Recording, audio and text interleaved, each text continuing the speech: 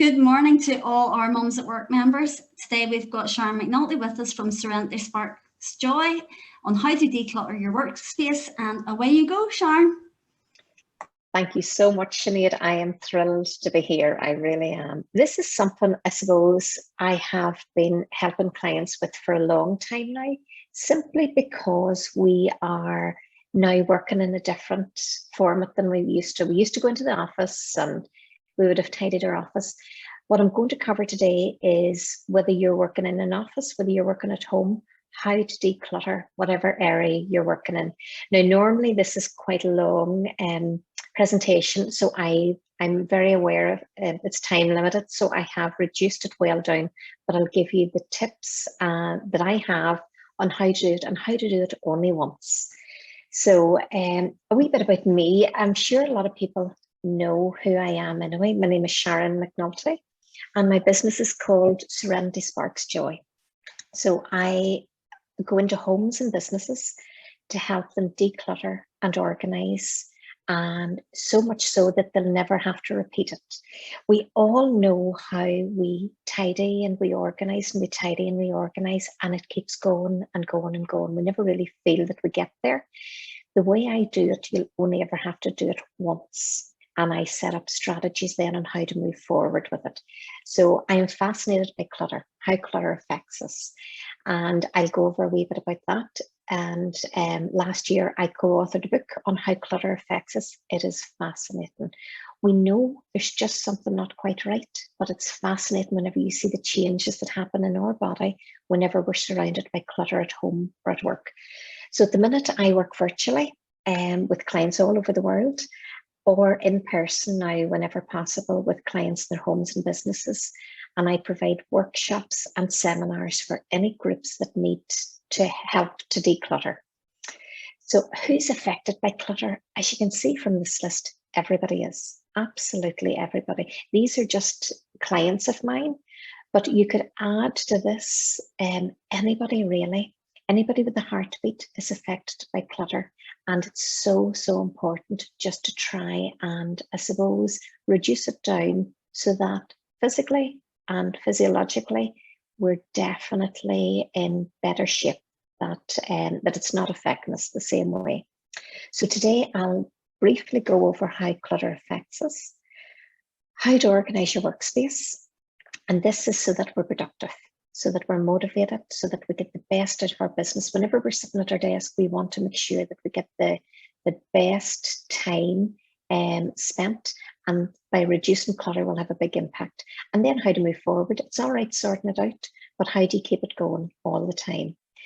So whenever you look at this, everybody can understand that their heart rate's going, their blood pressure's raised, they start to feel uneasy, they're feeling stressed, they're feeling just not at ease, because your mind's trying to focus on everything. You're trying to your brain's trying to multitask, and it's not doing it very effectively. If you sit amidst this for too long, what happens is emotionally you are irritable, you're frustrated, you're you just can't wait to get out of it. So if you have, I know not many of us will have workspaces as bad as this. However, if you've clutter, this is how you feel whenever you're in the middle of it. So what effects does clutter have? As I said earlier, it affects our mental and our physical health. Physically, what happens is the stress hormone cortisol is raised whenever we're sitting amidst clutter. Now, cortisol we all need. That's the stress hormone that gets us out of bed in the morning and gets us doing, but we only need a small amount. Whenever we're sitting amidst clutter, what happens is our stress hormone's raised, and that is having an effect on our physical health. So whenever it's raised too often, too long, we have difficulty then managing our emotions. We have reduced immune system. So if you think of, especially nowadays, whenever we're trying to stay healthy, if we're sitting amidst clutter for too long, our immune systems are lowered.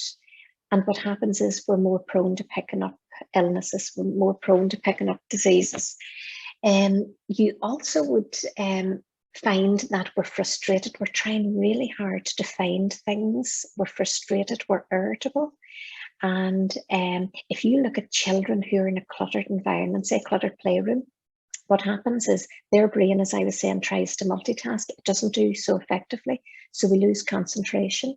So because we're trying to do a couple of things at once, we don't do anything well.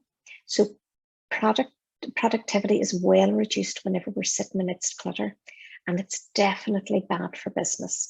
There has been studies out that suggested that in 2018, in the US alone, clutter, now not stress, I'm not talking about stress, this is just clutter alone, cost businesses $89 billion US. And I suppose then you would wonder, well, why would it cost so much? Don't forget the time you've spent searching for items. On average, it takes us about a week every year searching for items. That's either the digital items, that's the items that we're looking for, the paperwork, whatever it is. We spend 1 week out of every year in our working life searching for items. So if you're looking at the financial implications of that, that's a week's wages that everybody in your business is spending looking for items. You're definitely going to you may not be able to find things, so you order it again. And because you've nowhere to store them, what's going to happen? You're going to put them somewhere safe so that you're not tripping over them, but then nobody can find them, so they're ordering them again. And then you go into a stock room or a storeroom in a cupboard and you find so many items there that have been duplicated over and over and over again. Bad for business as well, all those lost passwords, and I will put my hand up to that, all those lost passwords. By the time you waste trying to go in and find and reset your new password and get IT involved, that's the financial implications as well. GDPR, we all know about it, and if you have clutter, clients' details sitting on your desk, you're definitely running into problems there. So by having a clear desk policy, by having everything where it should be, everything in its place, you're reducing the chances of, I suppose, GDPR implications. And health and safety. We all have seen whenever we go into offices, paperwork stacked here, boxes stacked there. That's a tripping problem. If you were to risk assess your office, your workspace, how would you manage that? And I know a lot of us at the minute, we are working at the kitchen table, and we're trying to make do. That's what we are doing. We're trying to make the best out of what we have. But health and safety, if you have a wee look around you, just see, have you leads? Because you're trying to make it work for you, have you leads lying everywhere? Have you paperwork? Anything there that could be damaging to other people or yourself, actually. So definitely, physically, you have to look after. And I suppose we're all into wellness and well-being at the minute, and clutter is not good for us. So which one do you want to work in? I would say I would want to work in the middle. Neither of those two would do me. So this isn't about having perfection. It's certainly not. Perfection you can't keep. You wouldn't want it and you can't keep it anyway. But what you want is somewhere in the middle here, an office space that works for you, that you know what you have, where it is, and that it's easy to put your hand on. You want to reduce the frustration, you want to reduce the stress, and you just want to make your working life that wee bit easier for you. So what I do is two things to start with whenever I'm working with clients. Have a look at where you are at the minute. And again, this could be your kitchen table, wherever you're working. It doesn't matter. It could be your physical office as it used to be, a home office, or your kitchen table. And have a look at the office with fresh eyes. So somebody new coming in, how would they see it? And even though they may not be able to see into the filing cabinets, into your cupboards, how are they looking at the minute? If you could open that door and show them, how would that suggest I suppose your office, your work is ticking over? How organized would that suggest you are? So if you felt your heart sink, you're definitely ready to tidy. Definitely ready to tidy. But don't worry, you are where you are. Life's happening at the minute, a lot of it outside your control. So it's just making the most of it moving forward. So what you want to do is, now you know where you are, you also want to think about where you want to be. So have a think about your ideal home office, your ideal physical office, your ideal workspace, wherever it is for you. And you want to get in touch with your feeling. This isn't all just about the physicality. You want to know how you feel in your office. Do you want to feel motivated? Do you want to feel productive? Do you want a wee bit of home with you so that you, is that what motivates you? So write it down. What I would suggest you do is write down from the moment you come into your office in the morning to the moment you go home, what you want your office to look like. You want to be able to put your hand on things very easy. You want to be able to stay motivated. And I want you to write it down. This is your why. Whenever you're in the middle of organising your office, there's going to be a lot of mess and you're going to think, why did I even start this? You go back to your ideal home office and you'll understand why you're doing it. So this is an important part. Write it down. It'll only take you 20 minutes. And the ease of everything that you want. So definitely, this is an important bit. And the same if you're doing this for your home. Visualize your ideal home, and this will get you past that stall point whenever you just want to sit down in the middle of it. What do you keep? So whenever you're doing your office, people would say, but I hold on to it. But, well, I suppose we hold on to it for many reasons, because we've bought it, we spent hard-earned money on it. That would be a waste letting it go. What do you do with it? Where are you going to bring it to?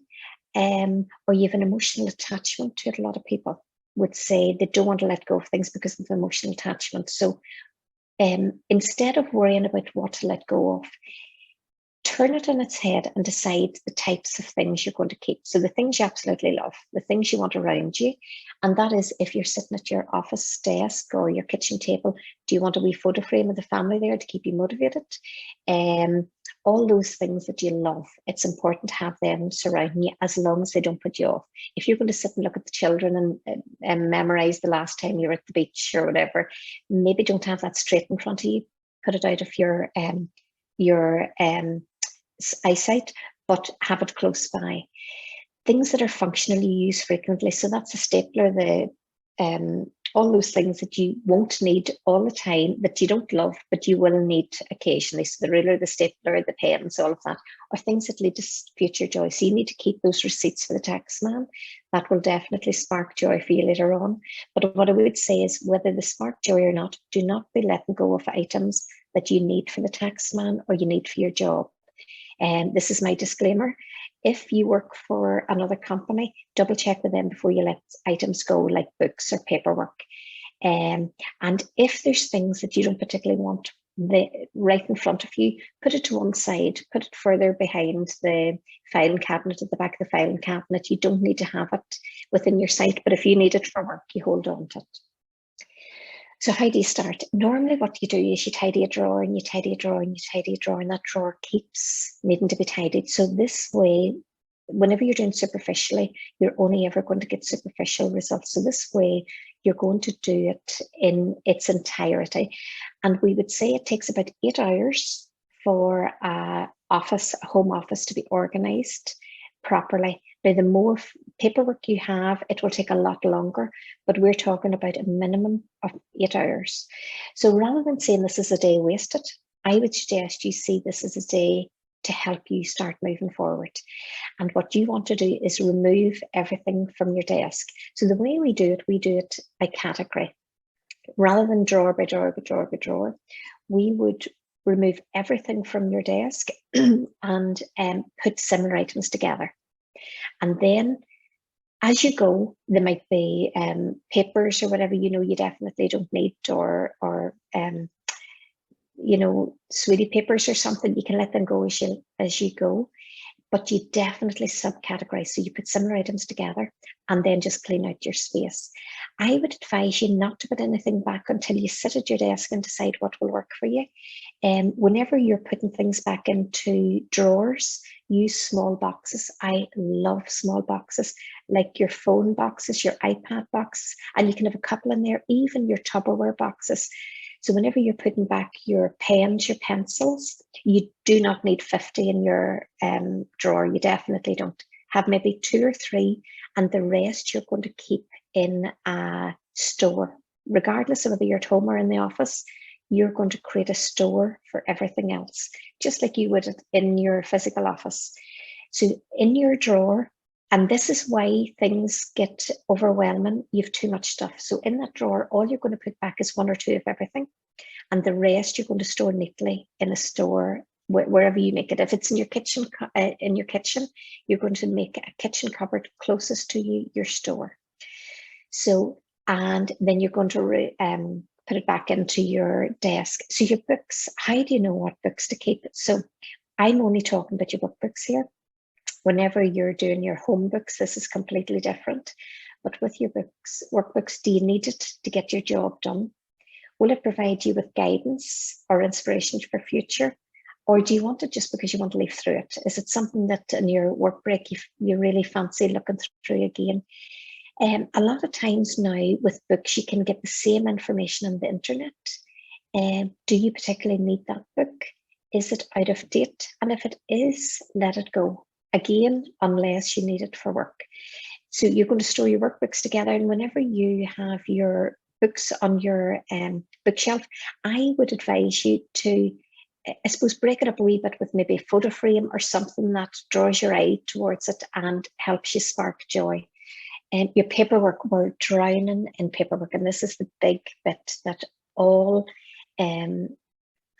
companies that I've worked with really, really wanted my help with.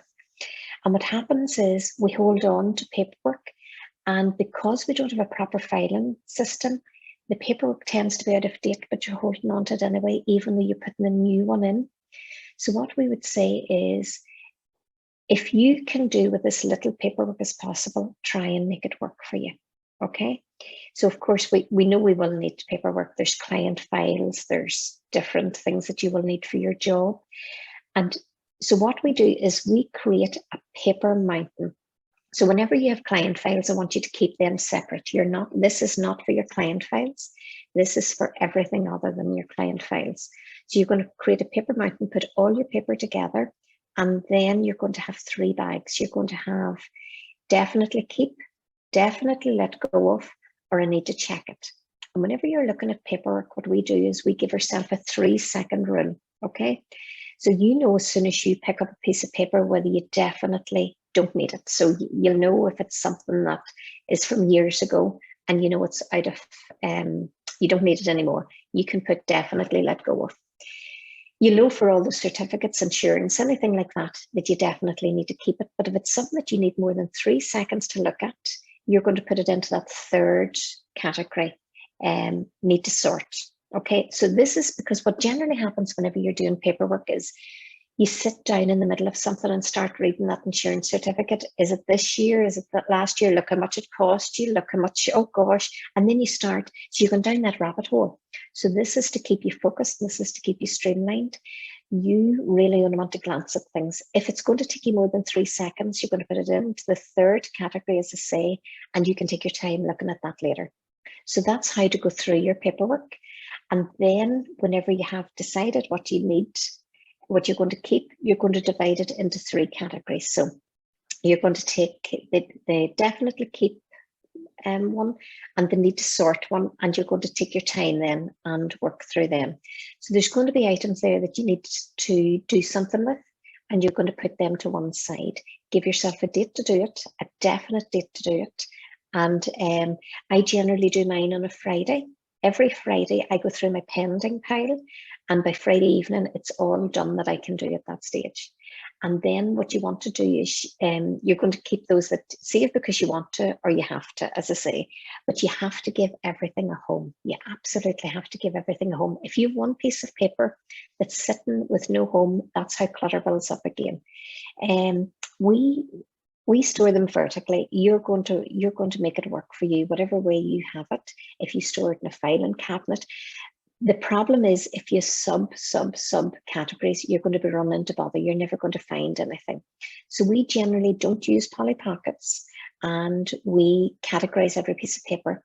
So within one file, it's very easy to get your hands on something. So as you're putting the new annual certificate in, you're going to be removing your old annual certificate. So whenever you're storing it, this is so important. And this is how to stop it building up again. And as I say, create your pending pile is so important, really, really important.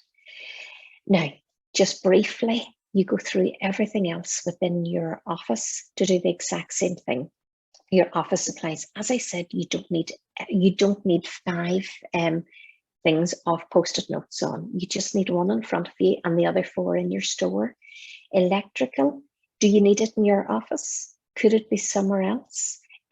Check, is it broken? Check, is it working? And only keep it with you if you need it for your work. Job specific, of course, you'll know exactly what that is. Do similar items together. Personal care, again, you're going to go through that, and food, and check what you need. Is it in date? Do you need to throw it away? And this is just to get a real good clear out for once. Office supplies, I put this in just to be mindful. You don't need everything with you. We tend to have a clear desk policy, so we would be using the drawer. So you want whatever's sitting out in your desk during the day to fit quickly into your drawer. So do not, absolutely don't have so much that you're end up keeping it out, or that you're fighting to keep it all together. And moving forward, every day, a lot of you are going to be doing this anyway, but I've just put it down here as a pointer. Assign a few minutes each day to organize your post. What I do whenever I have a one-touch rule with my paperwork, with my post, as I pick it up from the doorstep, once the postman's delivered it, I open it. At that stage, I decide, do I need to action it? Do I need to store it? Or do I need it?